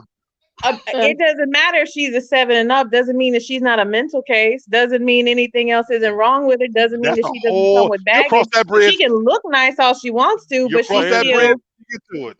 I'm not worried about that. I got a good ass lawyer. Yes, you can tell by See? my daughter's in the other room. I got a good ass lawyer. And these women have good lawyers nowadays too. They come Right. with the bed. So the worst that happen is joint custody. There I you ain't got to go. deal with you. There I you don't see go. my baby mama. I seen her once this year. I'm good. There you go. I want to get back real quick to my point on Summer Walker, though. This story is very sad to me on so many levels. I do love her music. She's a young girl, bright future was ahead of her. Like y'all said, she talked about these other baby mamas, and bam, she ended up being in the same boat. But there's so much hurt and to me and wrong in the comments she made that you guys are right. I think it was very reflective on where she's at and what she's going through. If you listen to her first comment, that she talked about whether he's driving 4 hours to pick one up or flying 4 hours to see one. You know the problem I have with that is that this is where a lot of young single mothers give credit. No, that's a poor choice of words. The expectation is lowered for what the guy's doing for her, that she's so happy that if he drives 4 hours to see his own child, that he's really done something. I personally hate when parents want a pat on the back for doing what you're supposed to do. So a lot of times when I hear that, when I hear a woman say to her baby daddy sometimes, "Can you keep our kid?" What the fuck you talking about? It's your kid. It's your kid. That's right. It's not babies. What the fuck you mean? Oh, thank you for kid. No. You had your son. You had your daughter. But Right. again, the expectation has been lowered in such a way that she's just happy if he drive 4 hours to see this one, then go see that one. And I'm not saying he's a bad parent. For all I know, he might be a great parent. And the reality is that he has multiple kids, so he has to divide his time. So to your point, D, this is where I wish women would ask more questions on the front end, because you have the same way y'all want to claim that men only think with what's down here, but you must be thinking with what's down there too, because you can't think beyond getting your own needs satisfied. Because to your point, Darcel, you're already thinking if you got a bunch of kids and I kick it with you, where does that leave me? Where do I fit in? And what if we have a baby and you already got 4 kids? So you already saying that's not for me. But a lot of women are thinking with that same lower part of their body, because I don't care that he's got 3 baby mamas. I'm gonna be number 4. And like y'all say, well, it's gonna be different with me because he loved me. So he gonna spend more time with me. And so that's my number one. Then the true kicker, where she talked about her grandfather's lame, her father's lame. This is what made that sad for me. Mhm. If you come from a family lineage where all of the men in your life aren't shit, you go out and pick the same guy. Right. It makes Right. sense though. All Right. she knows is ain't shit But isn't men. that So of sad? course But isn't that sad? But it is isn't that sad. that's the part that for me makes it sad is because we do have a see. Here's what a lot of people don't want to admit: we do have a type. Mhm. The same way men have a type. You know what I'm saying? I like big. I'm not a breast guy. I like big booties and dick sucking lips. So if you got those two, you got my heart. You know. You So got my my thing is, heart. you know, I'm following. We have a type, but women have a type too. And I'm not just talking about the physical. And so my thing is, like you said, Tasha, if all you know is lame ass dudes, and that's the only quality that's been in front of you, you think that's normal. That becomes normal. And D, Tasha, Candace, Top Cat, and Sherry, how many people we know, women in this case, that are with violent men and wondering why is he hitting me? Why won't he do right? Then the next one, well, why is he with me? And you're watching this cycle over and over and over because you're going out there picking the same guy. No accountability. Because I'm gonna piggyback off what you said. Like, you know, my story when my daughter was an infant, you know, I literally picked her up every day from her daycare and took her for lunch, literally every day. And I would get comments all the time. Oh man, that is so sweet. You're such a great father. And kind of like what you said, like I appreciate it. I know what they were trying to say, but you know, I didn't expect a pat on the back for doing what I was supposed to do. Kind of like we're saying, this is what I'm supposed to do. Like, I appreciate it, but like anybody who's not doing it to me, they're not like a real man or a real parent, you know. And then talk about what's her name, Summer Walker. So if her father was a lame, her grandfather was a lame. That means she's a lame because she picked the wrong person. Her mom was a lame for picking the wrong grandfather. Her grandma was a lame for picking the wrong. You know, they always conveniently leave the women part out. Like, so she need to put herself in there too, and her mom, her grandmother too. They were lames too.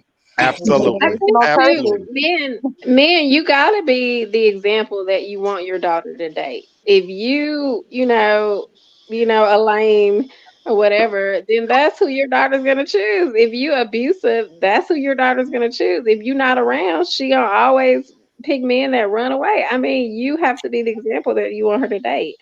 Absolutely. I just hate that she let London on the Track get her draws because it seemed like she was on like the right path making music, and all of a sudden he was producing her, and then all of a sudden relationship. Absolutely. So, Absolutely. And and Candace, he derailed her career. This I don't know if you guys listen to her music. She was going to be it. The girl is bad. She's talented. She can sing, yeah. Yeah, she can sing. So Opportunity. very sad. Tasha, bring us a good one. What's the next one? Give me a good one. Give me a good one. I wasn't ready. Listen, don't say nothing bad. Jada's on. Hey Jada, how you doing, baby? Hey, sweetie. Hey Jada. Oh, okay, we got something family friendly. I know, right? Good Jada. I don't think I got any family friendly topics, but No, we're gonna get her little ears off. So go on and Say bring a Paw good Patrol or SpongeBob, Jada. Which one's your favorite? Look at she one. looks. Jada, can you hear us? Go ahead, D. Ask the question. Which is your favorite cartoon? You like Paw Patrol or SpongeBob better? I guess SpongeBob. SpongeBob. What's your favorite episode? I don't really watch any of those, but I guess SpongeBob. I don't really watch any episodes. What's your favorite cartoon then?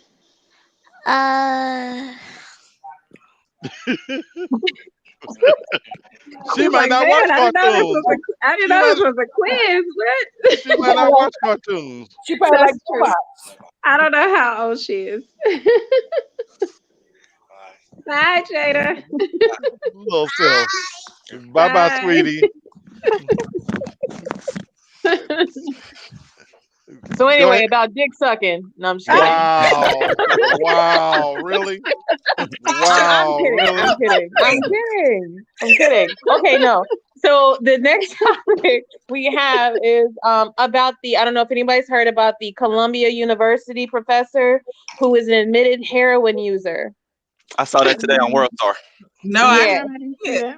Yeah. He is a neuroscientist. He wrote a book about this and how he uses it on a daily basis, but does not say that does not think that he has a drug problem.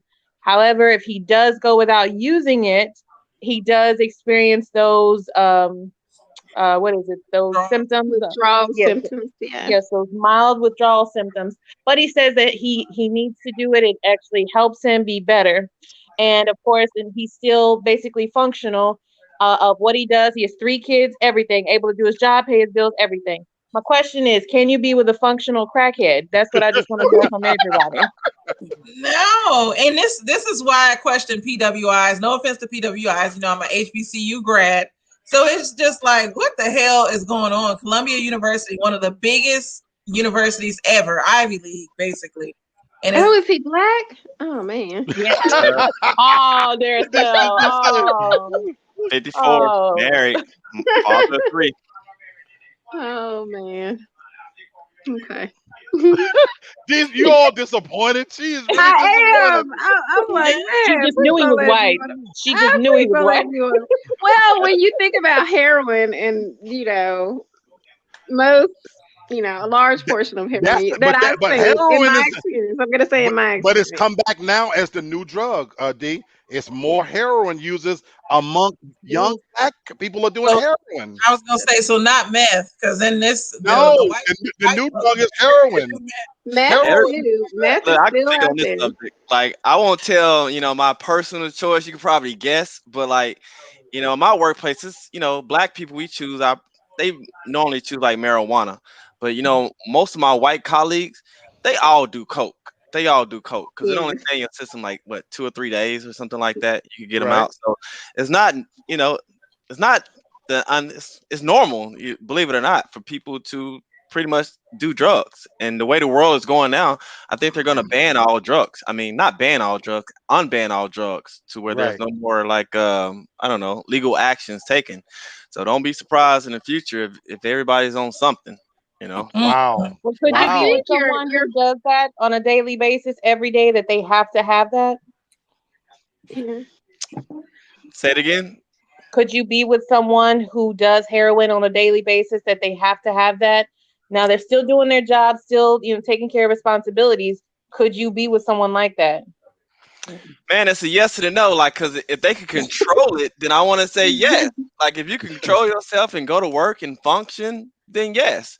I would say no because I don't want my daughter around that environment. But if it's out of sight and she don't see it, then yeah. Because I got my vices too. The thing about like drug addiction, you're functioning until you're not, because you're always chasing that original high that you're never ever gonna get. So you're doing more and more and more. It takes more and more and more. So you're gonna function for a while and then you just not. I mean, that's just how So, it goes. so I gotta ask you, like damage the to comment your that you gave me earlier, like if you don't do drugs, like you said, I wasn't married, so how am I coming? Do you do drugs? I mean, I Okay. have before. I've Okay. tried things before. Well, it looked like you're okay, so it didn't get you. So that's Because I do it on a I don't do daily. it every day. I mean, we've all tried a little something here and there, but yeah, I mean, yeah, I don't know. marijuana is not a gateway drug. I'll tell you that. If Al D3 was on here, he could tell you like Xanax is, well, he had a few accidents when he was on Xanax, but Xanax is it's not that bad. Even X pills, believe it or not, I've experienced with X pills. So I can't. I heard about all that, the Molly and all that stuff. I couldn't do it. yeah, Because weed makes me flip out, so I don't even do weed. Oh my God. Stick to my alcohol. So Oh man. Yeah. I've tried an array of them. I'm not gonna Right. say which all I have, but I've Yeah, tried me enough of neither. all of them. nobody follows Dare anymore. I'm one of the Dare generation kids. Dare. Wow. I ain't heard that in No, forever. I know, right? I never tried nothing. Peer That's pressure. what weed. I'm a weed. pop a pill, pop something. I don't think weed is a drug. Nah. It's not Okay. a drug. That's all right. So smoking like a smoking from a true weed head. But I was okay. gonna say, for sure. But now the irony is, I smoke more marijuana now in the last 2 years than I smoked in my entire life, and that's because, to Terry's point, it's become so acceptable until that's what pretty much everybody I know does it. So when I have visitors over, they're gonna have sack, and they're gonna roll some blunts, and who am I to not be sociable? But okay. So they pull out a crack pipe. I mean, my God, you're not Well, gonna, you gonna be There's sociable. limits. There's limits. so there you go. So thank God, which leads me segue into my point. I like what Terry said about where drugs are headed. The reality is that the pharmaceutical industry is a multi-billion-dollar industry. You can't turn the TV on without them telling you need a pill for something. Right. For headaches and arm aches, and do you fart too much, and do your feet fall asleep, and to get your dick up and to get it back down. There's all kinds of pharmaceutical drugs they constantly passing around. Now, to answer your question, Tasha, for me, it's a limit. Weed, yes. I can even deal with alcohol. Look, if I had a woman that had to take her a drink, I've been with actually alcoholic women, but it's just something about heroin that, for me, if you got this, I know we're not supposed to do this, but I'm just giving you my personal choice. When you got to get to the point where you got to shoot something in you, that for me is crossing the line, and even my trust factor can't be there. That you got to buy something that if you got to go through a whole lot to prepare it, to heat this up in a spoon and shit, and pull it in a needle and tie your arm off and all of that kind of stuff, even though you might be functioning, for me, that is just, I don't know, that's too much for me. That's too much for me, Now, popping a pill every now and then, like Daracel said, we've all experimented, and tried a few things, but I guess if it's anything that you have to have, you know what I'm saying? And reading that article about the guy, when he says, when you get to a point where you feel like you have to take this to be at your best or normal, that for me is where it becomes a problem. And that for me is with anything done in excess. I'm a fat man, so I love the little square cakes that I get at QT. I hope that I don't ever get to a point where I have to have them and shit to feel normal. We'll set up an intervention for you, Freddie. What I'm saying? It just scares me. It scares me. I guess it's dramatized, but I think of movies like Dead Presidents, Chris Tucker, the way that he died with the overdose, Lady Sings the Blues, Billie Holiday, like all these people. It's just not a good look, and it looks so nasty and raggedy. It definitely deterred me away from drugs just looking at that. It's not always raggedy though. Sometimes it's glamorous. Sometimes it's just a presentation. It can be real sexy too. But I think the legal stuff like the fentanyl and the morphine, Dilaudid, and the oxys are worse than some of the illegal stuff. They are worse. People get hooked on that stuff. You can get sleeping pills. Me and Sherry have a brother who was a functioning crackhead for over 30 years. Yeah. 30 years. And he didn't steal from you.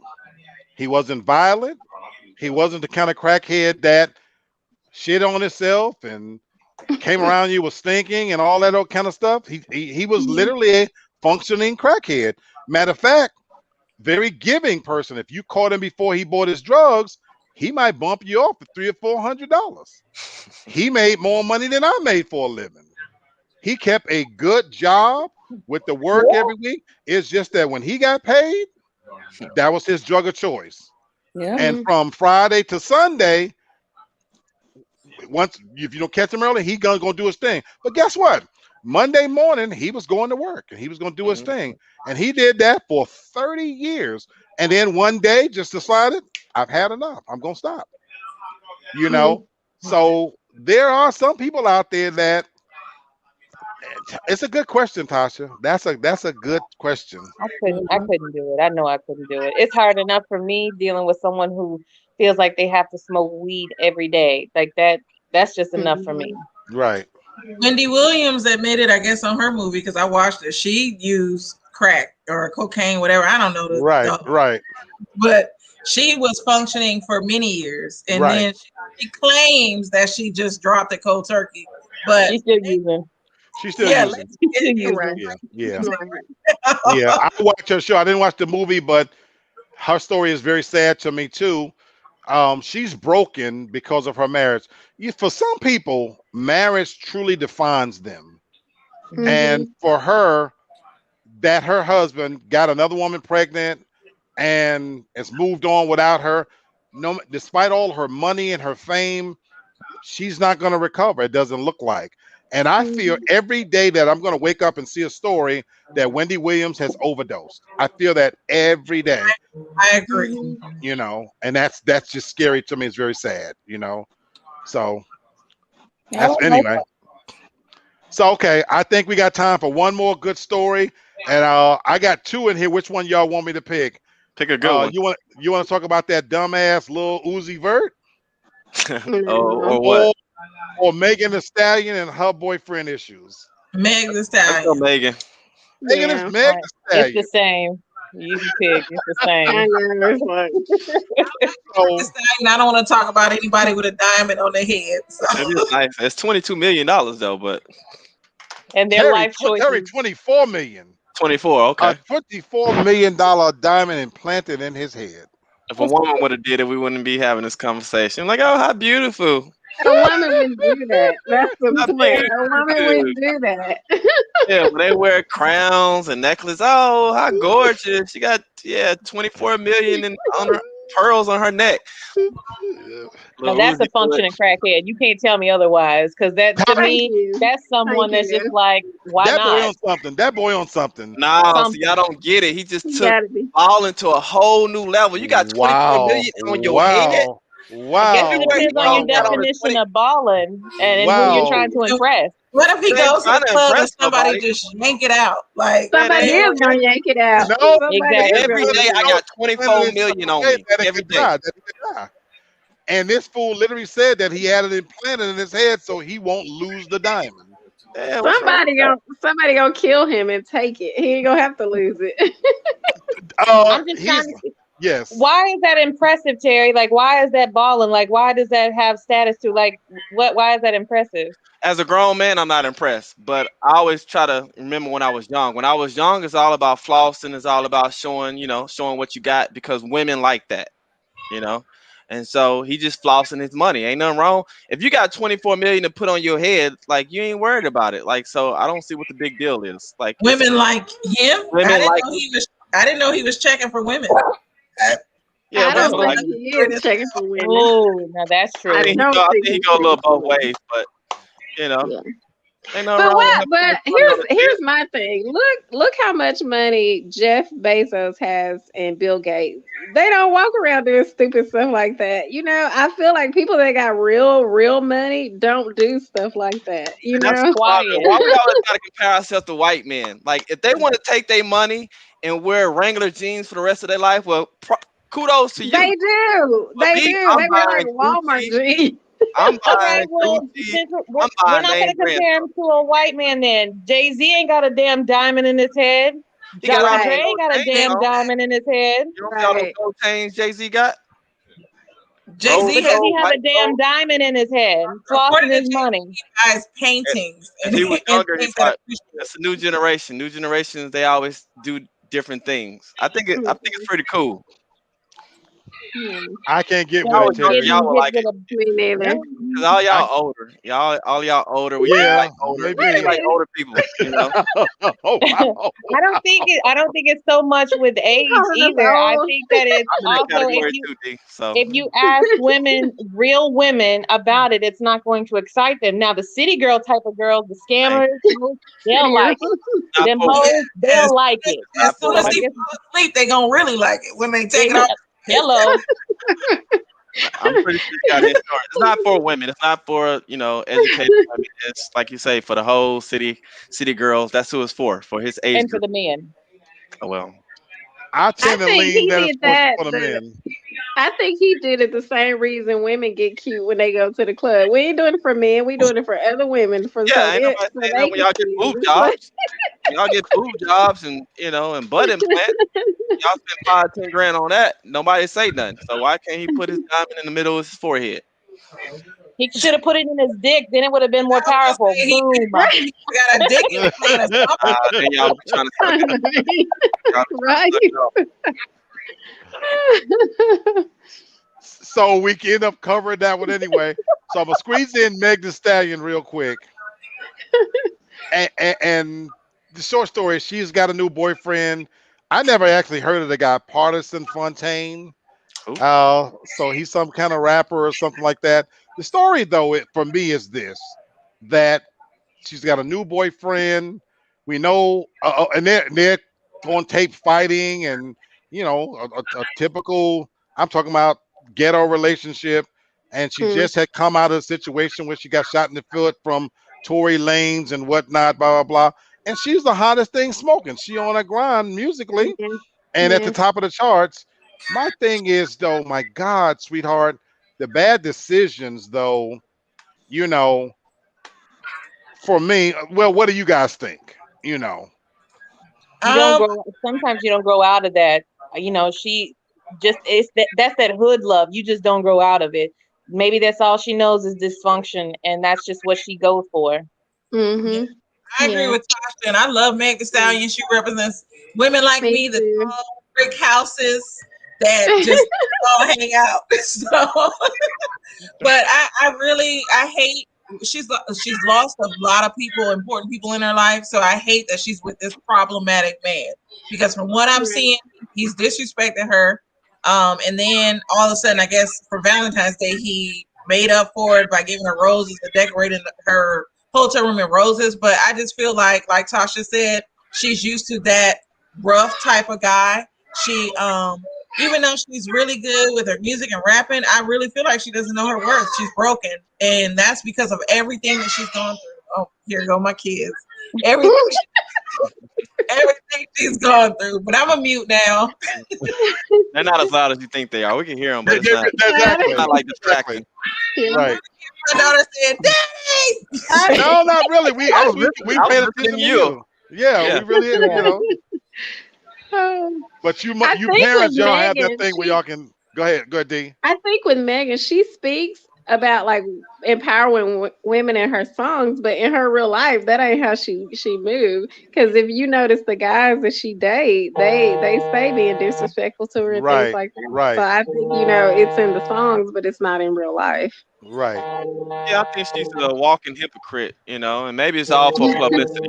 I don't really know her, but kind of like what you just said, all the things she says she wants in a relationship, in her music, she doesn't really look for in a relationship. So you listen to her music, she got a whole bunch of side dudes. So don't be surprised when all these dudes treat you like a side chick.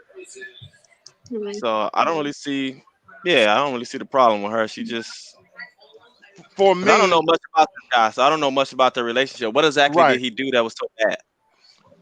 Oh, I mean, they're on video where he talks to her real rough and ragged, and but again, that's what she likes. In the article, she says he's perfect, know, and so hers is another one for me that's is sad to watch in some ways. I was not an initial fan of Megan Thee Stallion when she first came out. Wasn't necessarily my taste. I've actually grown to like her more now than when she first came out, because I actually think she does have some talent. Now, her message is all the same, but it sells. You know what I'm saying? She creatively comes up with a variety of different ways to talk about a musty snatch. And so as long as she's able to monetize it, I don't have a problem with it per se. She is sexy. Them snatches, they not. I said it was funky. I said it was musty. All that wiggling and moving around, Candace, that snatch got a smell to it. Now let's not play. And it ain't musty. Musty is not musty. For my audience, musty is not a bad thing. I don't want no snatch that ain't got no smell to it. I don't want no man telling me I got musty snatch. It gotta have a little smell to Exactly. it now. It gotta have a little. It needs to have a little smell to it now. Let me You go know, shower. Damn. you know how you on the internet and you have to check that box to prove that you're a human. If you laying down with me, it got to have some kind of smell to it so I can know that you're real. So, No, but Nah, we it can be get it. musty, Mm-mm. just not funky. Those are two different things. Yeah. And the way There's a she fine move line around between and musty wiggling and around, funky. do y'all seriously think her thing ain't got no smell to it? No, I'll she wait. got a I'll reputation of wait. that. So And that right, was I think that was a hurt Negro that was being a lame, like y'all okay. say. But it was but more I'm than asking one you. though. So take the man out of it. Looking at her, if you had to put your check on it, you think that thing ain't got no smell to it? I don't think it do. She got money, and the way she moving around, it gets aired out. The way she moving around. You believe that thing got a smell to it like nobody's business. Hers is on the verge of funky, but I might still hold my nose and go on up in there. I'll say Oh that. man. But having Oh, you said have to that, be smelling stuff. Oh She my looks. God. She looks like she has a pretty pussy. she's I'ma a say she's that. I agree, but we all know that She packages probably alone, it can be an dangerous thing. I'm living proof that package. I didn't go to the clinic with chlamydia 4 times in a row because the package looked bad. The raggedy the packages is not the ones that sent me to the clinic. It was So them, you were it was them pretty things. 2s and 3s didn't send you to the clinic. Hell no. Oh, Hell okay. no. Because you know what? The reason why I do 3s and 1s is because nobody checking for them. So they're likely to be less experienced. Ain't nobody checking. It's them fine, pretty girls that everybody's running in. I done told the story many times. Y'all get me off my nut right now. But it's the pretty girls that's the easy ones. It's when you get the ones that's homely, that's plain. Man, I'm telling you, got some of the best stuff you ever want to get yourself into. A No, lot of I times it's them only pretty packages that in the got all of the makeup on the outside, the push-up bra, titties all bustling out, everything. You get them drawers off of them. Half the time them drawers walk across the room on their own. You ain't gotta tell them to go in the corner. Them drawers walk in the corner on their own. That's bad. That's so bad. So see, y'all making me. I'm trying to be good. I'm trying to be good here, Oh and that's the God, God's that's so bad. honest truth. That's the God's honest truth. Well, Kenny, we all pretty on here, and that does not y'all apply are to pretty, us. Just for and the the record. reason why y'all all friends because I know y'all are clean. But Kenneth, I'm gonna leave you this last story. There's a woman at my job. We don't work there no more. I'm talking about fat poke gumping ass, big old mogumbo titties, bad body, and walked past me. I was eating Subway cookies, and So, Freddie, I got a couple of questions. One, what team? What team was this? I don't even know who this no, is. I'm not telling. No, I'm not. No, I'm not telling. Because, But and I'll tell you this, still, Freddie. I was gonna say I sat in my corner. Well, for one, I'm not sniffing people because I will throw up. you So couldn't help it. You could not. I had my back turned. I was eating a Subway sandwich. I was eating the oatmeal raisin cookies, and I say, "What's that smell?" And I looked around, and this was the bad chick. And anyway, see, y'all making me be bad because I don't want nobody to figure out who I'm talking now about. I'm gonna stay on after this to find out who it was. Do I say back to Megan Thee Stallion? I feel sorry because again, she's a talented girl, beautiful girl, knows, but like y'all said, I just think she can't get out of her own way. And my fear for her is not physical death. I fear though that, you know what I'm saying, she's gonna be searching for something that's just never gonna find, and she's gonna keep making those bad decisions. But I don't know if she knows how to choose somebody good. I was gonna say y'all don't think she's an opportunist. You haven't noticed how she moves though. She tries to associate with like top people, and so I don't see it as that. Me Well, neither. I don't see it as that. She left her record label and signed with Jay-Z's record label. She's trying to be seen with Beyonce. At the time that Tory Lanez was hot during the pandemic, she was all associated with him, and all of a sudden he shot her in the foot. So to me, she comes off as an opportunist. opportunist. I'm sorry, my Okay. liquor is talking. But lately she's been dropping people that like her makeup artists, stylists, people that have helped her. She's all of a sudden not friends with them. And so that's made me look at her like, what are your motives in that? And then even the City Girls. So she worked with 2 different people. And so there's a girl that has I don't know her name. It's an unknown rapper. She had her in a song and she had the City Girls on the song. And she cut the other girl I heard out. about that. First was better. I heard about that. City Girls. And so to me, she seems like an opportunist, but she's just real smooth at how she does it. Let me say this. I don't think when I hear the word opportunity, it's not necessarily a bad thing to me. I think we should be an opportunist, take advantage of it. Now, her record label, they did to her what they do to a million artists. They signed her to a bad deal, but she didn't know no better. Because you're young and you want to be famous, so she had a bunch of guys that saw talent in her. They signed her to a agreement that she was never going to make any money out of. Now, this is where the opportunities come in. She was smart enough to leverage her fame and to being able to get out of it. Wanting to work with Jay-Z and Beyonce, to me, that's just smart on her part to align herself, because you can't work with Beyonce if Beyonce don't want to work with you. Beyonce don't just pick up and work with anybody. So the fact that Beyonce did work with her, that told me that Beyonce respected her hustle, felt she had enough talent. And now, as far as dropping certain people off, I had this conversation just with my sister just today and with Tasha last night. Sometimes when you climbing up the ladder to success to try to get where you want to be, it's amazing how there are people that's surrounding you, that's with you every step of the way along the ride. And there's others who should be with you, but they're not. But they wait till the moment that you hit the level of success, and all of a sudden, there's that face up in the sauce out of the woodwork. I knew her win. I knew him win. I was right there. And so sometimes the person gets a bad rap that, oh, she changed. Oh, he changed.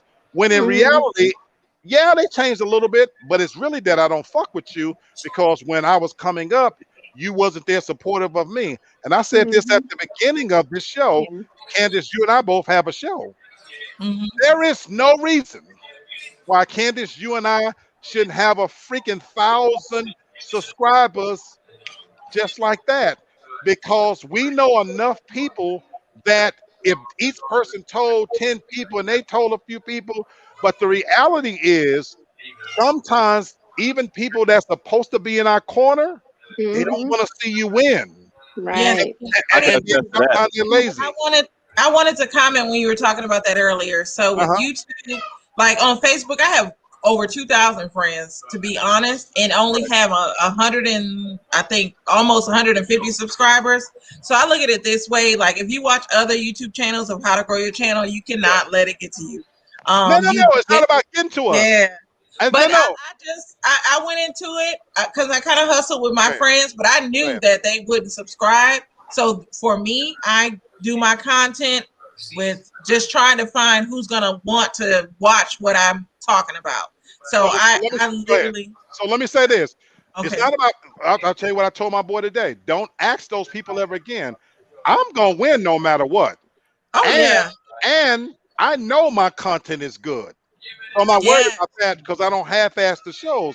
But that's not the point I'm making. You have to win over the YouTube audience though, which is going to be different. We're not talking about that, but the point I'm making about those 2,000 friends you might have, those 300 friends I might have, those same people would drive 20, 30 miles out of the way to try the new Popeye's chicken sandwich, but won't take 5 minutes to subscribe to your channel.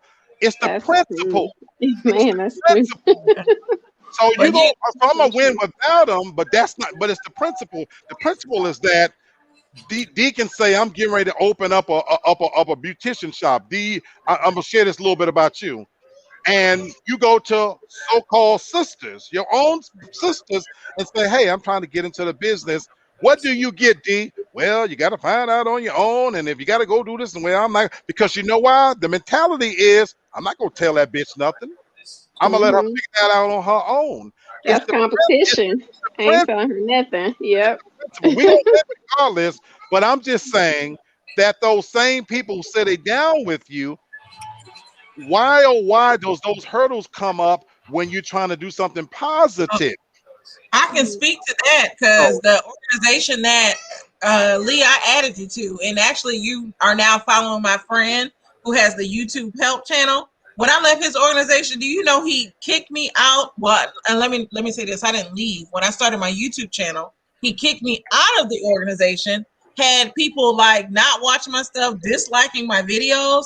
So it's a crabs in a barrel type of situation. And I know black No, people we still gonna win. We still gonna. But Yeah. I'm saying, like Kennard Yeah. says, most of his subscribers are people. That's why I told my boy today, don't ask him again, because I'm not worried about those people. I love the fact that when I win, not if, when I win, I'll be able to sit back and say I did this the right way. Yeah. Those people who tuning into this video right now, they're tuning in because they like what I do. Yeah. They're coming back each week. But And you have but it's the organic principle. subscribers. You But have it's the organic principle. subscribers. But So but we're it's the relating this principle. to Megan Stallion. Yeah, you're kind of right. Like just because she's getting more successful now, and some of the people I guess, quote unquote, with was on her team before she blew up. Like you say, sometimes those people they don't mind you winning, they just don't want you to win too much. Well, let me Yeah. say Right. this. And I definitely agree with that, Terry. But now her label has Erica Banks, who has the Bust It Challenge. That song is her song. So they brought somebody along exactly like Megan Thee Stallion to try to take her exact fans. Oh, well, that's what labels do. And then So, they went on TikTok and made this Bust It Challenge. And so that's what Megan Thee Stallion is basically up against. And that's the part that is like, and that's why I'm rooting for her. And I'm rooting Yeah. for her in her personal life to make better decisions. So that's why I'm rooting for her. That's the saying. She's also influencing other people. I mean, look at Beyonce. Look at the influence she had on her. Absolutely. Like I Absolutely. said, on Wednesday show, has anybody seen Beyonce's latest pictures about Icy Yeah. Hot? I have. I Yep. love them. They I look good. sent Yep. one to my And husband. Yep. I believe. But they're more Megan Thee Stallion than they are And if you Beyonce. haven't, I can show it to you. It's right here. No, Look no, at we're that. good. Look at that No, thing no, right we're there. good. Look at No, that. no, really, we're good. Like who you think influenced that? Now, it might not have been Megan Stallion, but look at that. Like when Yep, has that's the Beyonce? picture I sent to my husband. I sent that exact picture to my husband right there. Like when has Beyonce Tasha, ever I dressed love like it. this? Tasha, When I has she love ever it. dressed like this? So maybe Megan and the Stallions influencing other celebrities. Absolutely. Yeah. Absolutely. And yeah, we should be Absolutely. thanking Megan the Stallion because I would have never Yes. seen Yes. Beyonce like that. Yes, Lord. I didn't have that picture, but that's indelibly marked in my brain now. I And can maybe send it to you because I sent it to my husband. and, I need to you know what? get that picture. She No, doing that. maybe Black, you need to talk about this because I find it kind of funny. Beyonce, I think Jennifer Lopez is another one, maybe Janet Jackson. A lot of these women were very conservative when they were younger, right? Right, But as they right, get older and they get married and they have right. kids, what is it about them that they want to still keep Good, that sex appeal to the point good where now topic. you didn't want to do it when you were 20, be half naked, but now you're 45 with kids. Like, yeah, I show the Yep, world all my goods, and I just don't yep. understand that. So The same way a man wants to see if they still got it. They want Very, very good topic. Exactly. Terry, very Exactly. good. Terry, I'm gonna visit that. Okay, so anyway, so we gonna close out from the topics. Great show. I want to highlight what's Wednesday's topic. We're going to be talking about something that I've actually avoided on purpose for a while, but I've got a video that I'm going to show on Wednesday. I'm going to show some clips from it, and I think it's time we talk about this. We're going to talk about toxic masculinity on Wednesday. So just know, audience out there, we're gonna get into it real. Like y'all know, on Wednesday shows we do a little deep dive. So I want to talk about toxic masculinity. What it means. Is it real? How does it affect us? So we're gonna cover that on Wednesday, and then I want to let everybody know the next all male panel is coming up on February the 27th. I know my Next cousin told Saturday. me. Next Saturday. He's excited to do it. My cousin was like, I'm going on Lee show the 27th. Like, 27th. So that's going to be a every other week thing. So we're going to have all male panel. I'm telling you guys out there, the audience out there, start now thinking of your questions, thinking about what you want to ask. As you know, There is no subject off the table. If you want to know what men think, and I can tell you right now from the show I did with them brothers, they did not hold back. It was honest, Right. it was open, and it was real. So that's coming on the 27th, and another all-male panel where we're going to tackle everything you want to know. And then on Wednesday, we'll do toxic masculinity. So fantastic show. Closing out right on time. So anybody got any parting words? No, this was a good show, Lee. I like the direction that your channel is taking. Thank It you. is very interesting and entertaining as well. So definitely keep doing what you do. Thank you, sweetheart. Appreciate it, and you doing your thing as well. Appreciate it. I like that we're able to partner from time to time to support each other. The pie's big enough out there for everybody. As always, I thank my family. So Terry, Sherry, you guys have been there from the beginning. You continue to uplift me, push me in the right direction. I love y'all. Thank you so much. Tasha, Candace D, y'all are more than friends. Y'all are family. I love y'all more than y'all know. I'm being as sincere as I can be Don't make me because again, the support. So my thing is, I don't just talk about support. I mean it for real, for real. The fact that y'all take time out of y'all schedule. Look, y'all could be doing all kinds of things. D and Candace, y'all married. The fact that you spend a couple of hours with me on a regular basis, I love you. I love you so much. Tasha's work today. She's tired. She's in Memphis where they pulled overtime on her this week. Fire, baby. She couldn't even get out to get water. Now I'm kicking it real with y'all. She couldn't even get out to get water, and that she takes the time still to show up here every week. My love for her, respect for her is through the roof. So I want to thank you guys. My viewers, Carlos, my brother, you show up every week. Thank you so much. Kennard, you know my brother. You my boy. Thank you. I love you to death for constantly showing up. And all of the visitors, Karma, Dizzy, different ones who show up from time to time. I thank my audience. I'm never going to stop thanking you guys. I appreciate it. Y'all make me want to do this. This is not even work. A lot of times when I start this, I'm not in the best of moods. And then when I get started, I'm happy. I'm in a good place. So I want to end it on that note. Thank you guys. It's been another great edition of Real Talk for Real Men. I'll see you all on Wednesday. Peace. Right. Lee.